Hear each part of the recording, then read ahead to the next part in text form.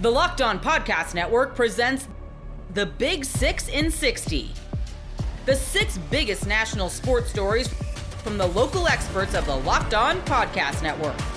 Get the real story, why it matters, what's next, who wins the big game, and more, all in 60 minutes. The Big 6 in 60 starts now with the biggest story in sports. Thursday night was the perfect game for Matt LaFleur to keep the Green Bay Packers focused. They dominated. You are Locked On Packers, your daily Green Bay Packers podcast. The Green Bay Packers had one of the more dominant sub 10-point wins you will see. This game, if you just look at the final score, is going to say 27-18. It was not anywhere near that close. In fact, the first time since 1995, the Packers have held their first two opponents to under 250 yards. This was a dominant defensive performance. And it really was a dominant offensive performance, 404 total yards, 6.4 yards per play. And that includes some give up, to end the first half, the Packers were averaging over 8 yards a play. They were getting whatever they wanted. And you can call it killer instinct. You can call it a lack of focus. You can call it a young team learning how, if you want to be maximally generous, how to be a championship caliber team. Call it whatever you want. This Packers team did not put the Commanders away when they had the chance. And oh boy, did they have chances. That's the thing. If you're Matt LaFleur, that's why I think this is the perfect coaching opportunity for Matt LaFleur. It is exactly what you want. You showed you are the best team in football, maybe. You just dominated the first time in modern history that a team has won, since the short week stuff, has won back-to-back games. So 2 games in 5 days against playoff teams from the previous year. These are big-time wins. And yet, the Packers could have scored 40 points in this game without a problem. And so that, you know what that does? That allows Matt LaFleur to be in his bag all week.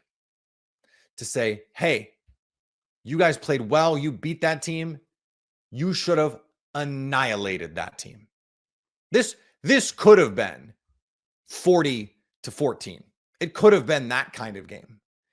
And I'm not saying, look, the Commanders are a good team. But penalties were a killer. I understand the penalties were weak.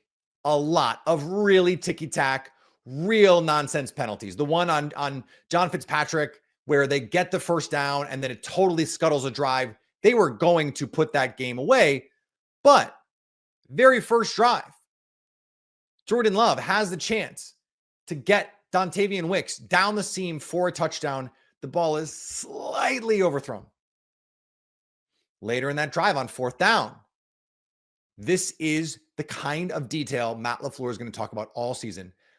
I don't know who it was. It looked like he was yelling at Kingsley Enagbare. I don't know if it was Enagbare, but someone came out on the field thinking field goal. The Packers were going to go for it. Love wanted to go fast. They wanted to take their shot. I think they wanted to run the play they ultimately called, but they wanted to catch the Commanders off guard. And you have someone not paying attention. They come onto the field and the ref holds the game up. And you don't get to keep, you don't get the sneak attack that you wanted, and you don't get to keep the momentum going. Then Jordan Love babies the throw to Matthew Golden, who was going to have his first NFL touchdown if the throw was better.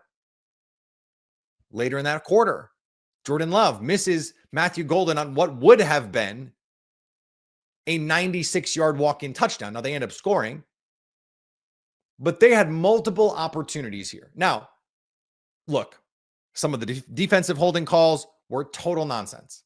The Nate Hobbs call, soft.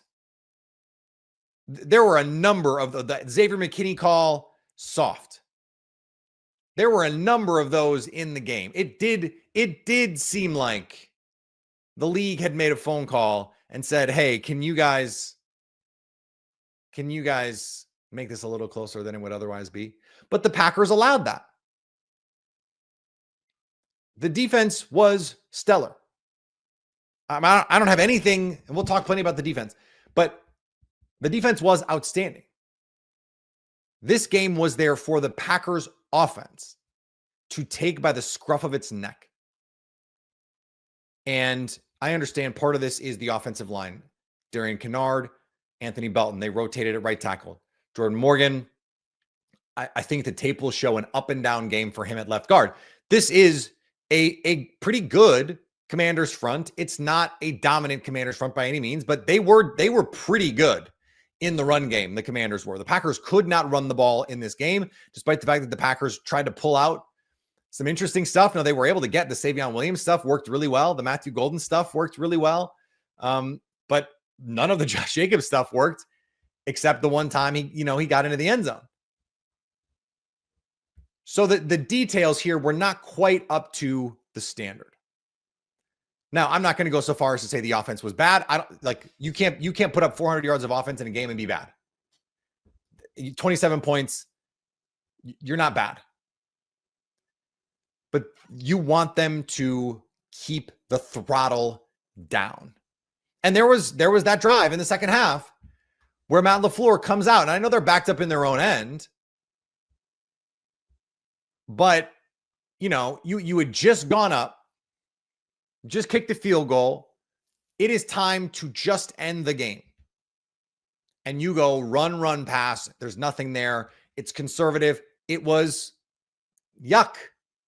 The Commanders come down and score. Now the Packers, what do? This is what you love. This is what you love. Drive starter, Dontavian Wicks. Play action, and you drive a dot to the sidelines on an out route, first down, drive starter. On 3rd and 6, Jordan Love escapes the pocket, finds Tucker Kraft down the field. You get the trick play. Savion Williams out of the Wildcat. I loved taking the speaking of Ferraris that you take out of the driveway. We don't know if he's a Ferrari yet, but he's a sports car. He might be a Miata, but he's a sports car. He gets an explosive out of Wildcat. You get a jet sweep to Matthew Golden. Play action, Tucker Kraft, touchdown. It was like Matt LaFleur said, okay, enough messing around. I'm going to call the real plays now. I'm going to, go down the play sheet, find the good stuff, and they win this game. Part of this is on Matt LaFleur. He has to stay aggressive. He has to stay aggressive, and this team has to stay locked in. We talked about the penalties. This was the Lions game was the most buttoned up with penalties. Like, they were as good as they could be. I think they only had 3 penalties in that week 1 game. Well, not in this one. 10 penalties, 77 yards in this one. And all of them seem to either extend drives or scuttle drives.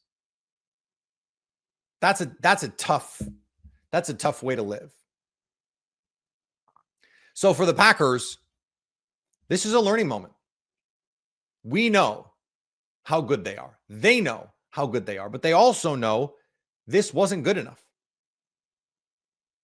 And so I remember having these conversations, 2019, 2020, 2021. The best gift a coach can get is when you have a comfortable win where you didn't play a great game. This was a B game for the Packers. And they beat a NFC championship team from last year by 2 scores. In a game that wasn't even as close as 9. That's where you want to be as a team. You show, hey, look, down to down, play to play. We might be the best team. Like the Packers, it's only 2 weeks. But right now, this Packers team might be the best team in football. Most people can't name all their financial accounts or even what they're worth, whether it's a 401k or properties or investments. And when you don't have the full picture, you can end up leaving money on the table. That's why there is Monarch Money. It's an all-in-one personal finance tool that brings your entire financial life together in one clean, easy-to-use interface on your laptop or your phone. Monarch does the heavy lifting for you. You can link all your accounts in minutes, see clear data visuals, get smart categorization of your spending, and finally feel in control of your money without ever touching a spreadsheet. I linked all my accounts to Monarch and immediately spotted a few subscriptions I wasn't even using. Canceling those all can save you money every month. Don't let financial opportunities slip through the cracks. Use code LOCKEDONNFL at monarchmoney.com in your browser for half off your first year. That's 50% off your first year at monarchmoney.com with code LOCKEDONNFL. We're going to do the best we can to look at what happened against the Packers. Hail to the Commanders. It's the Commanders Squad. Everything Washington Commanders every week. We're going to look at what happened with this offense. Clearly, the offensive line is a thing. There's also Jaden Daniels and his performance today. Not to mention a ton of injuries. I am sitting on the Game Day Garage set here. This is what we do every Thursday night. And, of course, it was at one point a packed garage full of Commanders fans. And about halftime, people started looking around going, look, big picture here first. We got a lot of things to get into over the next hour, Anthony. But I want to start with just something you said before we actually got on here. And it's a level of, are we worried, or do we look at this and just say, it's early in the season, let's not panic yet? A little bit of both, honestly. A little bit of both, just because I don't think you expected to see this type of a performance. But me, I'm a realistic person. I always try to find the silver lining or something on that backside that gives you a little bit upbeat, something to think about. So essentially, I look at it like this. You don't play Green Bay that often. All right. And they really wanted to keep their momentum going from the first week. So they dialed up some stuff that, frankly, you weren't ready for. And sometimes as a coach, you walk in there and you say, hey, they beat us. They had a much better scheme put together than we were able to handle at that time. But the positive from this, and this is what I always take as a positive, is that you actually have a blueprint of what you're going to see from other teams. Right. Now you know what teams are going to try to mirror what Green Bay has done. And then now you have to find a way to operate off of that. I mean, I was hearing people and having group chats saying Jaden looked a little bit off and, he's not really handling the pressure well. And that's because teams are dialing new things up. They're dialing new things up. And I'm glad to see it on week 2 against an opponent that, frankly, you won't see again until the playoffs. And now you're going up against the Vegas Raiders here in 10 days. So you got 1, time to heal up.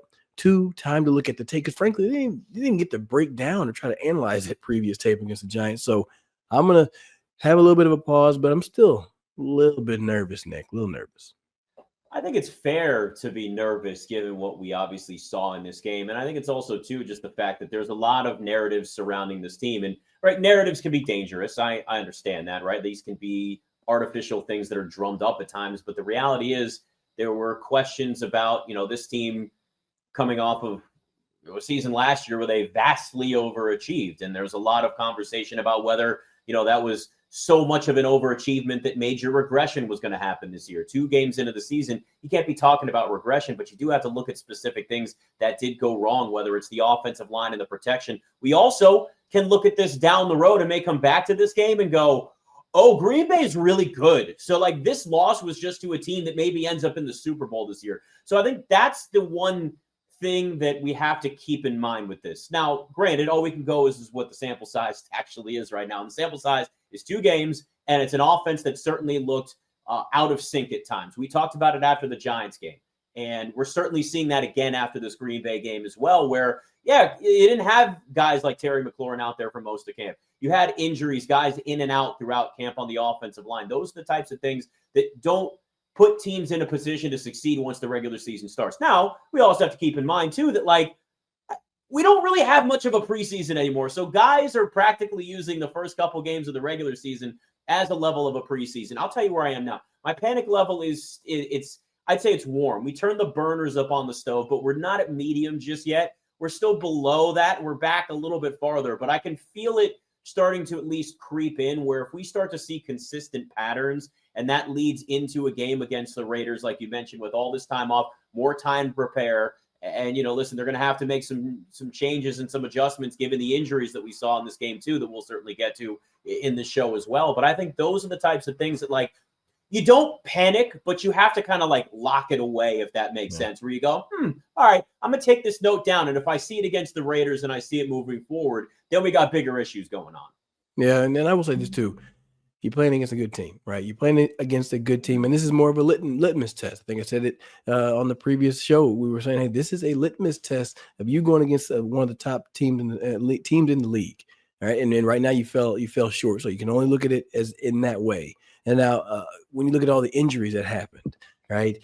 Dietrich Wise Jr., Austin Eckler, unfortunately, a lot of injuries, a lot of people going down. that doesn't help your case, right? So that can be demoralizing, frankly, as a team. You're just like, golly, somebody else is down. Like, we just need something to go well, and it didn't really work. It didn't really work out. I'm looking at the statistics here. Just the amount of carries versus passing attempts doesn't align. Zach Ertz leading the way with all the action. That's cool, but I need to have more yards. So obviously there's a lot to improve upon. Green Bay had a great game plan, Nick. And you know what? You study it, and you're going to see something similar, but you got to move on to the next team because it's a long season, and you don't have a bye week until week 14. When you watch Green Bay, because I certainly saw a team that could go to the Super Bowl. I saw a defense that might end up being top 3 in the NFL, relentless pass rush. What do you see in Green Bay after this game? Man, a problem. They're a problem on defense, and it's all because they added Micah Parsons. Like his ability to get off the line of scrimmage before our team even decided to move was blowing my mind. Like, the guy is extremely quick off the ball. I mean, we knew that, but now you got to see it again in a different color jersey. He helps transform that defense, and they can be that much more aggressive. The defensive coordinator was like, "Hey, man, let's get creative with this thing. How we want to attack." Because he can win one-on-one. It really opens things up for the backside of that defense. Teams can't develop plays like you used to, right? It's one of those things that when you play the Packers, you have to think strategically. We're going to get 7 possessions. You can't get behind the sticks. Like, it comes down to winning each and every play. And they're a really good team, right? They're a really good team, and something that you're going to look back to and just say, hey, we got to be able to beat them. I love having a target now, but it starts in the building. But Green Bay is going to be that one that you really want to make sure you get past. And it's tough, too, when you look at the way the game started off. I mean, the way Green Bay was moving the ball. And bare minimum, even if they weren't, they were throwing deep balls. They were trying to go after the Washington secondary. They were trying to make plays and make back-breaking plays that were going to demoralize them. And quite frankly, I think there was a point in the game. I remember seeing it on the broadcast, and it really stood out to me. It was like, obviously it stood out. Let's be honest with the numbers I'm about to give you. Of course, it stood out. It was like average yards per play, I think, was around 8.7 for Green Bay, and it was 1.9 for Washington. And it's that's not good. You're not going to – and I mean, how many times, especially in that first half, Anthony, did you look and go, they're continuing to face – Washington was continuing to face these 3rd and longs, which were just downright impossible. You had that one point where it was 3rd and 17, and it was a 2-yard dump off to Austin Eckler. It just felt like, when you see a team essentially mail it in and give up on a drive on 3rd down, which is essentially what that is, like, at least make an effort to throw the ball past the sticks. I would rather have a 20-yard incomplete pass on a 3rd and 17 than a 3rd and 17 that brings up a 4th and 15. Like they had. Like, it just that just to me is it feels like at that point they just looked like they didn't have answers for what Green Bay was throwing at them defensively. Georgia, Tennessee, dominance in Knoxville? You are Locked On Bulldogs, your daily podcast on the Georgia Bulldogs. 3:30, we will be seeing what Neyland has to offer. How loud can you get? It better be earth-shattering. Just a little preview here, because we got some feels on this game. We're going to start there. Get into what if it were to rain, Clint? Let me ask you that. What if it were to rain? And what Saturday? If the grass was not to the standard length that Tennessee fans? If you added rain and grass length into a conversation, Tennessee has been stopped more by grass than it has by any legal code ever produced in the United States before in the history of Vols fans. There are 2 big enemies: grass length and the Constitution, that are against Tennessee in so many ways. Yes, nothing inaccurate been said so far. So let's try to keep the streak alive. Let's get into this Georgia-Tennessee game.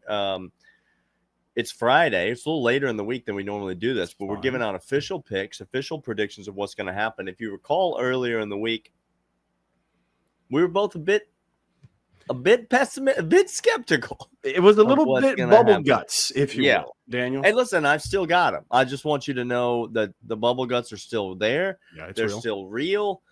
Yeah, but I did a little bit of digging. Okay, no, we went minor hat on this. We went UTEP. Okay. Full disclosure, it did not take a lot of research. Here's what my research immediately gleaned to me. Are you ready, Clint? I am. Syracuse is really bad. Okay, that is 0.1. Have you ever seen a college football program do gassers after a home game because the coach was so mad of your performance? Syracuse is not a good football team, and the reason that comes into play is because, lo and behold, Tennessee, they scored 70-plus points against East Tennessee State last week. I don't know if you know that. The dregs of the FCS. I was told.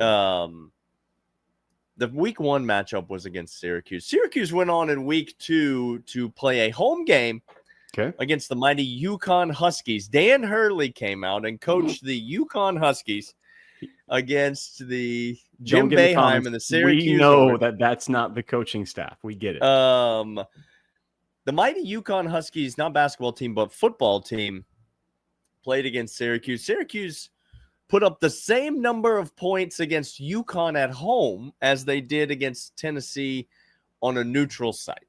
It's true. They rushed for almost 3 times as many yards against Tennessee as they did against UConn at home. Tennessee's run defense, Clint, is outside the top 100 in success rate in the NCAA. Now, really quick, this is important because I was told that actually Tennessee's defense looks more like Georgia's defense than Georgia's defense currently does. You've been listening to a bunch of dumb idiots then. Yeah, because it's the national media, so yes. That is correct. Tennessee run defense outside the top 100 in success rate in the NCAA. Oh, by the way, both their starting corners are still out. No, they're not. Now, the 2 corners that have been playing the first 2 weeks of the season have looked fine against Syracuse and East Tennessee State. And it's likely because Syracuse kept all their top talent on offense in-house and they didn't transfer out, Daniel. Again, my research yielded one major finding, and that was Syracuse, probably the worst Power 5 team in the FBS at this moment. Really bad football team. So, Tennessee, I think, has got some vulnerabilities on the defensive side in particular. Now, you look at the offense, Joey Aguilar's looked good, but you look at the way that he's looked good. They're not throwing the ball downfield. A lot of talk about Gunnar Stockton not being able to throw the ball downfield. Joey Aguilar also not throwing the ball downfield. It's a lot of screens. It's a lot of slants. It's a lot of RPO stuff. You're not getting these typical Josh Heupel super wide splits. No. You know, run, deep ball, run, deep ball. That's the Josh Heupel offense, typically. You're not getting that. You're getting a lot more short stuff. You're getting a lot more intermediate stuff, and you're not getting the deep balls necessarily. I just don't have any questions about this Georgia defense. I don't have any questions whatsoever. But the more I research the Tennessee defense, the more I think that Nate Frazier and Chauncey Barnes and Nate Phillips are going to be able to do some things, Clint. They're going to churn out those yards, and I do think there will be opportunities on the outside for guys like Colby Young and Zachariah Branch to have their way as well. Josh Heupel ain't never scored more than 17 points against Kirby Smart. Nope. And it ain't going to start on Saturday. Nope. So, give me Georgia. Come on, there he is. Georgia, fairly large on Saturday. I've come all the way around, Clint. He just spectrumed that thing all the way over. My man has come over to the light. Look, here's the deal. To me, this game is simple. And again, I don't mean sometimes in life you take little snippets of headlines like the national media has done. Georgia hasn't looked good. Although, again, Kirby deliberately said, I want to know if I can impose a run game on anybody anytime. 15 against the spread when I don't know. Favorite of 38 or more. How many more times can I tell you this? When people bring up Kirby, you can't even beat a lowly team like that and cover the spread. Of course he can. He doesn't want to. He doesn't care about it. He's not interested in it. What he's interested in is perfecting. He has 12 to 15 goals that he wants to do every single time. And what he cares about is perfecting those. And perfecting last week was, can I get a power run game going?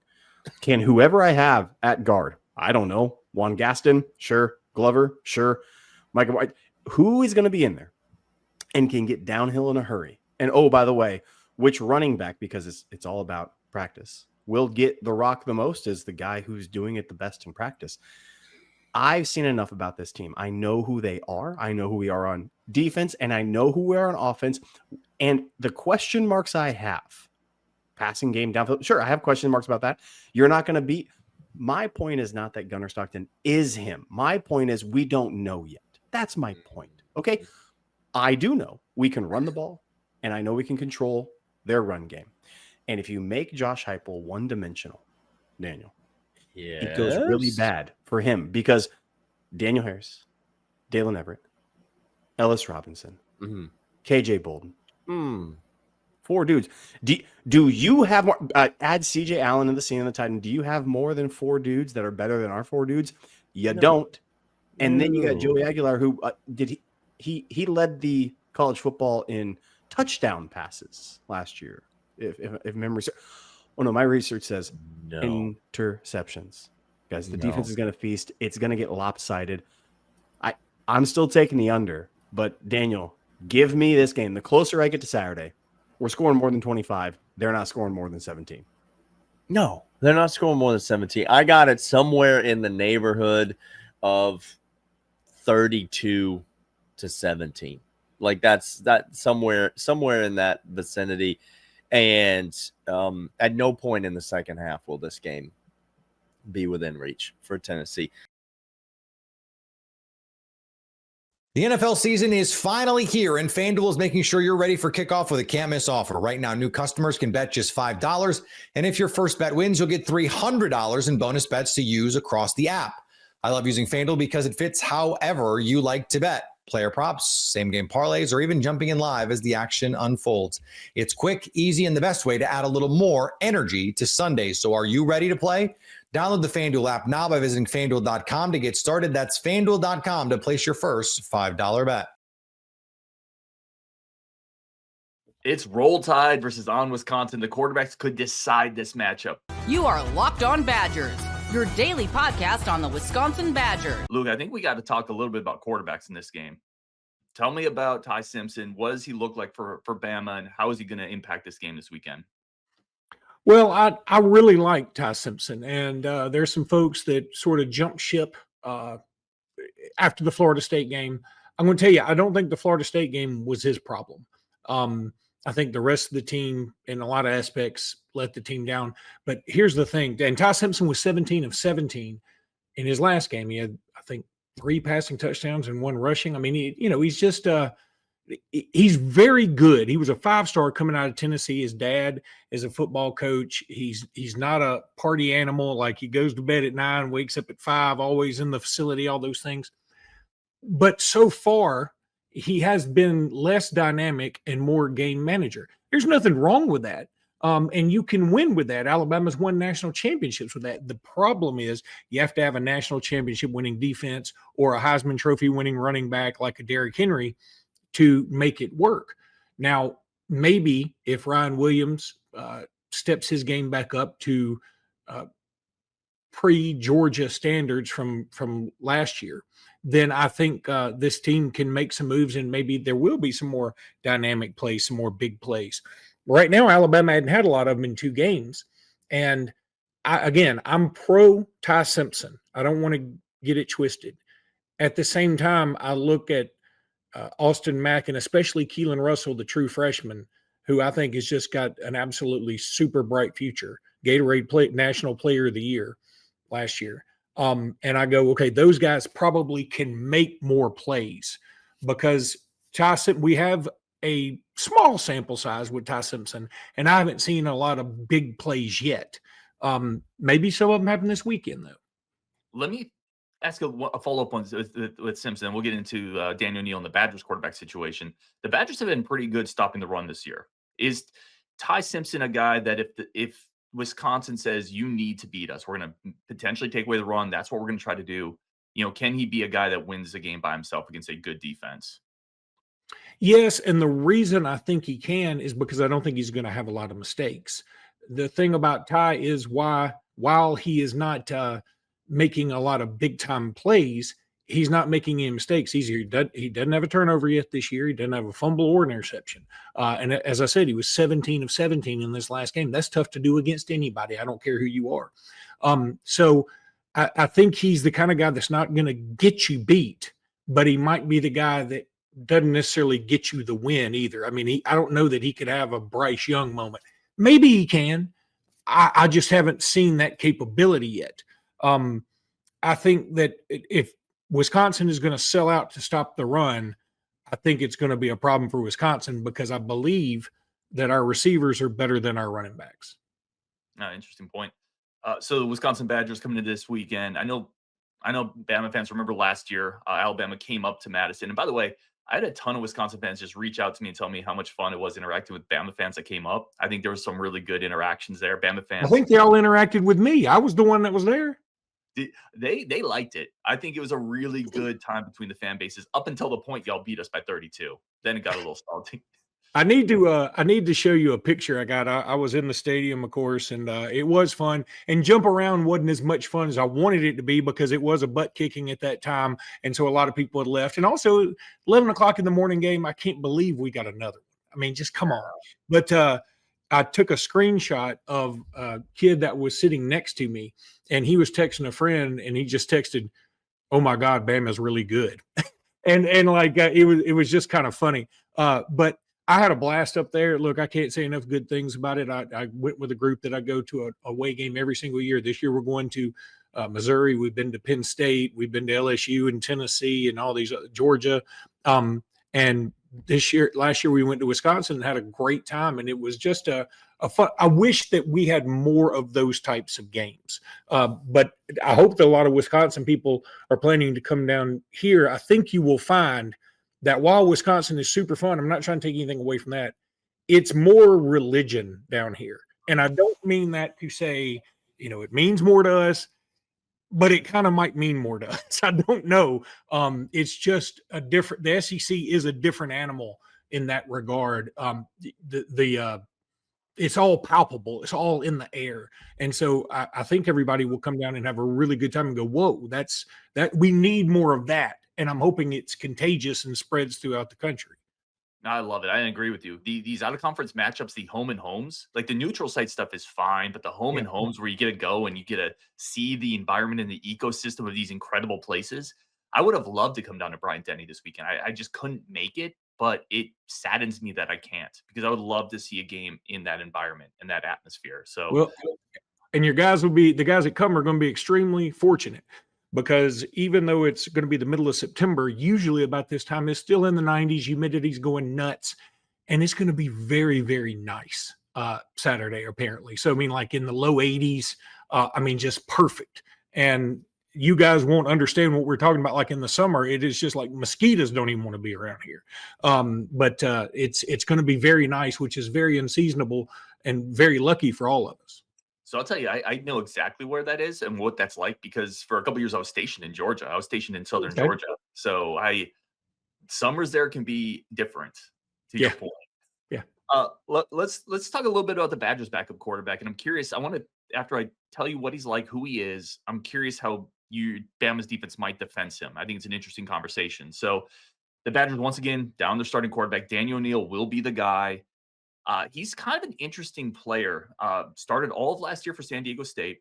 Pretty mobile, total gamer. He reminds me a little bit of some of the Iowa State type quarterbacks. I've mentioned that, like a Brock Purdy type, where he's more mobile than he looks. He extends plays. He can move with his feet. He will test a defense a little bit in terms of he's not a statue in the pocket. Pretty accurate, but not a great arm. So when you hear something like that, I'm curious because that is kind of the archetype of a quarterback that's given Bama some issues in the past. The mobile quarterbacks, the guys who can get out of the pocket a little bit, can move. How is Bama's defense set up this year? Is that something that you think could be a challenge for Alabama? I think Bama's defense right now is under the gun in the sense that they played really well and got a shutout last week. But the week before against Florida State, they just fell for every trick in the book. It seemed like, Gus Malzahn, a lot of reverses and fake reverses and double whoopies and all this other stuff. And it seemed like Alabama fell for a lot of the misdirection, the eye candy. as Nick Saban used to call it. And so I know Wisconsin is sort of into that too. So that worries me to a degree. But I was reading a report about one of maybe Wisconsin's fastest wide receiver.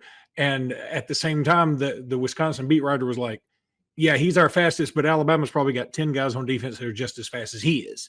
And that may be true. And so I think the speed of Alabama may make up for some of the lack of discipline they have on some of these misdirection plays. So I'm hoping that's the case. But I really believe in Luke Fickell. I think he's a good coach. Now, one thing I do want to address, and Jimmy Stein, my co-host on Locked on Bama, and I talk about this all the time. You mentioned that Alabama has historically had a problem with mobile quarterbacks. Yes and no. Yes, as long as that mobile quarterback is a Heisman Trophy candidate or plays particularly out of his mind in that game, just because it's a big moment. Because everybody goes, mobile quarterbacks. Yeah, mobile quarterbacks, you mean like Johnny Manziel and Cam Newton and Tim Tebow. Yeah, those guys gave us fits. Guess what? They gave everybody fits. And guess what? They all won Heismans. So Deshaun Watson, an incredible, notwithstanding what's happened in Cleveland or Houston, but he was incredible in college, absolutely unstoppable at times. So, yeah, those guys have given Alabama fits. Nick Marshall at Auburn, he was a fantastic mobile quarterback, and he was so fast that it made up for any deficiencies he had in throwing the football on occasion. So, yeah, I mean, those guys have given Alabama problems. But this guy, Danny O'Neil, I like him. I do. I think that if I'm not mistaken, he's like one of 2 true freshmen to start last year in the country. Not bad, big deal.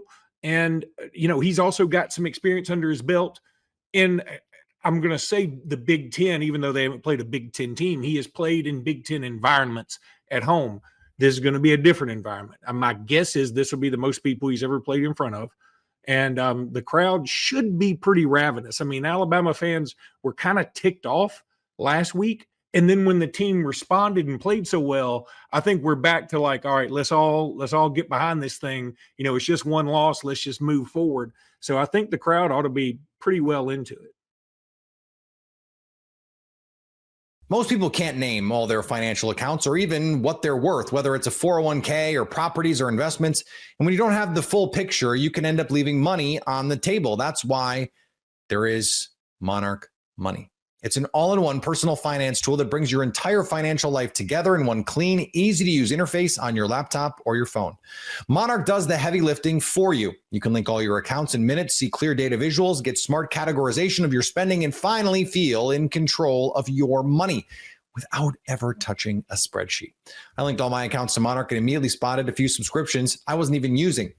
Canceling those all can save you money every month. Don't let financial opportunities slip through the cracks. Use code LOCKEDONNFL at monarchmoney.com in your browser for half off your first year. That's 50% off your first year at monarchmoney.com with code LOCKEDONNFL. Did Notre Dame just give the Texas A&M Aggies bulletin board material for their showdown this weekend? You are Locked On Aggies, your daily podcast on the Texas A&M Aggies. DJ, it appears that Notre Dame's wide receiver, Jaden Greathouse, may have given the Aggies a little bit of bulletin board material heading into their matchup this weekend in South Bend. We're going to talk about that. We're going to give our bold predictions for the game this weekend, and then go through some prop bets like we do every week and see where we have these players finishing on passing yards, touchdowns, rushing yards, et cetera, et cetera. So let's get into the bulletin board material. Jaden Greathouse, an Austin native, Texas native, almost went to the University of Texas at one point, decided on the Notre Dame Fighting Irish, was a major player in their college football playoff run last year, particularly in the last 2 games. He had, I believe, like 11 or 12 receptions over that 2-game stretch for, nearly 300 yards and a couple touchdowns. He was held without a catch in week 1, which was very surprising to a lot of people because some believe him to be their number 1 receiver. Now, Mr. Greathouse has come out and said some pretty, inflammatory things about the Aggies secondary. It's not crazy, It's not like he's calling him trash or he's saying this or he's saying that, but he did give him a little jab. And we're going to read you the quote right here. Notre Dame wide receiver Jaden Greathouse talking about the Aggies secondary. They have a lot of good athletes in their secondary. They like to get handsy a lot, that type of deal, but it shouldn't be anything that we can't handle. Is that really something you want to say before being on the national stage against a team that a lot of people are now starting to believe could pull off an upset, DJ? No, not at all. Not at all. Last year I looked it up because I was like, there's no way this kid's talking. Because last year he didn't do anything against the Aggies. He had 26 yards, and it was just like, really? Like you didn't do anything last year. They clearly gave you issues. So now this year, with a group that's arguably better than the one that was last year, you're going to talk crap about it? I don't know. I can't get behind it, but A&M secondary usually likes to. We saw what happened with the whole blanket situation with Willie in Missouri and how that went for Missouri. So we'll see what happens this week.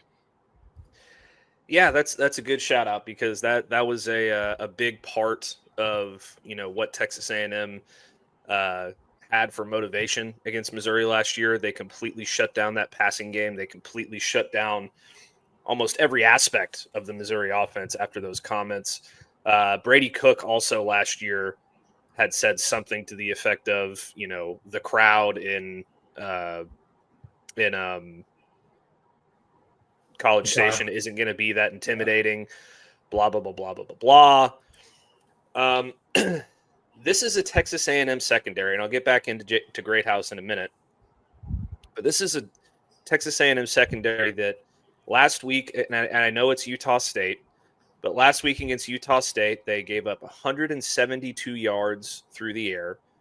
And then in week 1 against UTSA, which, again, I know is UTSA, but they have a very talented quarterback in Owen McCowan. McCowan threw for 121 yards in that game. So the Aggies have given up around 290 yards through the first couple of games through the air. As far as where that ranks in the country, it's a little early to really put a statement on that because a lot of teams have only played a couple. Every team has pretty much only played a couple games. There are a lot of teams that have faced primarily rushing teams, but the Aggies are, and I'm pulling up these stats now as we speak. They give up 171 yards through the air, and they have given up 4 passing touchdowns through the first 2 games, which isn't terrible. They only give up 5.3 yards per reception, which is a key stat there because that means they get on you early. They don't let you go. So I feel like they're going to be pretty well equipped to handle this admittedly talented wide receiver core from Notre Dame with Jordan Faison and Jaden Greathouse and some of these other guys. The tight end is really good. But Jaden Greathouse, 4-star recruit in the 2023 class, was the number 44 receiver in the country coming out of Austin Westlake. 6'2", 220 pounds, big guy, athletic guy. He has not recorded a stat this year in their first game against Miami. In 2024, he finished the season with I'm pulling this up now as well. He finished the season with 42 catches for 592 yards and 4 touchdowns. Pretty solid numbers there. The problem is that 13 of those receptions were 233 yards. So the vast majority of his yardage stats came in the college football playoff. It's a big stage. Don't get me wrong. It's a big stage. But just in my opinion, perhaps, maybe you don't want to poke the bear. Maybe you don't want to talk too much when you have not exactly had the most consistent career, in the world there at Notre Dame. I'm sure Marcus Freeman was like, man, why'd you say that? I'm sure CJ Carr is like, man, now they're really going to come after me in the pass rush. But it's certainly it's a bold strategy, Cotton. See if it pays off for them, right? Yeah, it's definitely one of those things where some of the guys like Jeremiah Love are going to be looking at him like, well, I don't know why you said that, man. Now they're going to be ticked off when they get here. But if it was coming from someone else, I get it, but not him. Yeah, and then you look at what the Aggies have in the secondary, just real quick, and we know what to expect out of Will Lee. He's one of the best corners in the SEC. There's this other guy also. His name is Des Ricks, and he currently has the most snaps played in college football without allowing a catch. 54 straight snaps for Des Ricks without allowing a single reception. That's a lot of snaps without allowing a catch, and it's and the guy throwing out the challenge doesn't have a catch yet this year. So we'll see. Maybe they match up Des Ricks on Jaden Greathouse. I feel like that would be a really fun matchup to watch regardless. But certainly an interesting choice there from Jaden Greathouse. We'll see how that turns out for him. I expect the Aggies will be a tad motivated, especially in the secondary when it comes to that. The NFL season is finally here, and FanDuel is making sure you're ready for kickoff with a can't-miss offer. Right now, new customers can bet just $5, and if your first bet wins, you'll get $300 in bonus bets to use across the app. I love using FanDuel because it fits however you like to bet. Player props, same-game parlays, or even jumping in live as the action unfolds. It's quick, easy, and the best way to add a little more energy to Sundays. So are you ready to play? Download the FanDuel app now by visiting FanDuel.com to get started. That's FanDuel.com to place your first $5 bet. Landry Shamet is back with the New York Knicks. You are Locked On Knicks, your daily New York Knicks podcast. ESPN had the story that Landry Shamet is returning to the New York Knicks just a couple days after we found out it was not going to be Ben Simmons. The final spot was seemingly between those two and Malcolm Brogdon, but it will be Landry Shamet coming back for a second year in the orange and blue. On today's episode, we're going to go over what he did for the Knicks last year, why it could be even better for him in year two on the team, based on his playoff impact. We're going to talk about, was this ultimately the best choice for New York? Would they have been better off with Ben Simmons? Would they have been better off with Malcolm Brogdon? Would they have been better off with one of the other myriad of free agents that are still out there on the table? And then finally, is this it for the Knicks? Are they just going to fill out the roster with some two-ways, with some young guys? Or is there a method where they could bring in another vet without a ground-shaking trade? We're going to talk about all that on today's episode of the Locked On Knicks podcast. But we start off, of course, with Landry Shamet's return. For those of you who have stuck with us over the offseason, first of all, thank you. We really appreciate it. You know that I was a big fan of Shamet coming back for another year. He showed me something in the playoffs, right? In the regular season, I was not really a believer. I thought defensively, he was just a little bit too physically frail at times, and guys could get to their spot against him consistently. Offensively, the shot was really erratic. If you remember, he started something like 2 of his first 15 or 16 from 3 on the season. Granted, he wasn't getting consistent minutes to find a rhythm, but by his standards, he was not shooting the ball well. And if he's not shooting the ball well and he's not defending well, there's just not a lot that he is bringing to the table for you.